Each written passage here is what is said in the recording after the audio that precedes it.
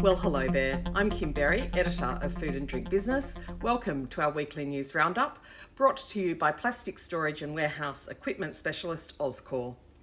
It is first half earnings season, with Treasury Wine Estates and Maggie Beer Holdings releasing their results yesterday.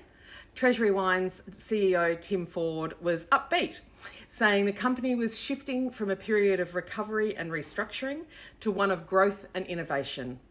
As with, well, basically everyone, the company has had a torrid 2 years, kicking off slightly earlier than everyone else, with its US market dropping 17% at the beginning of 2020, which had a knock-on effect of wiping $3 billion off its value and a 40% drop in its share price.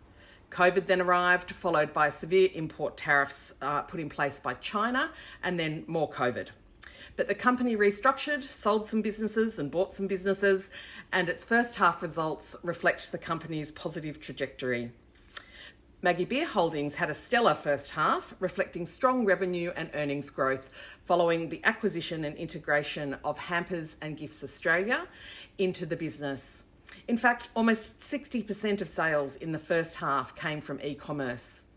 The positioning of the company as a premium branded portfolio has gained traction across all of its brands, with its trading EBITDA of $9.8 million up from $1.8 million in the first half of financial year 2021, and a $5.5 million net profit after tax up from $0.4 million net loss in the prior corresponding period.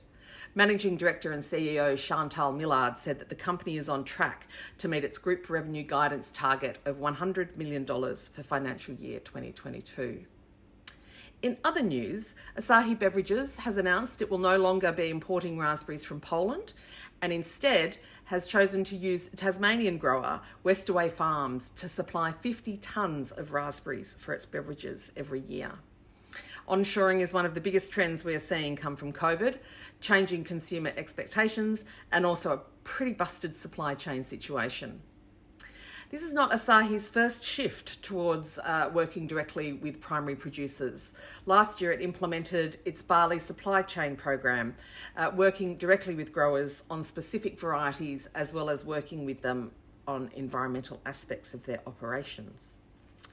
Suntory Beverage and Food has sold its Oceania region fresh coffee business to UCC Coffee for $229 million.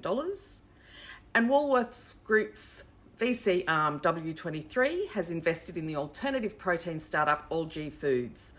All G Foods has a retail brand called Love Buds and is also working in the precision fermentation segment, developing dairy proteins.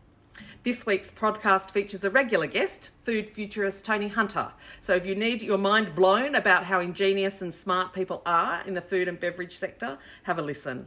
Also, don't forget to like and subscribe on your podcast platforms because I thrive on public adulation.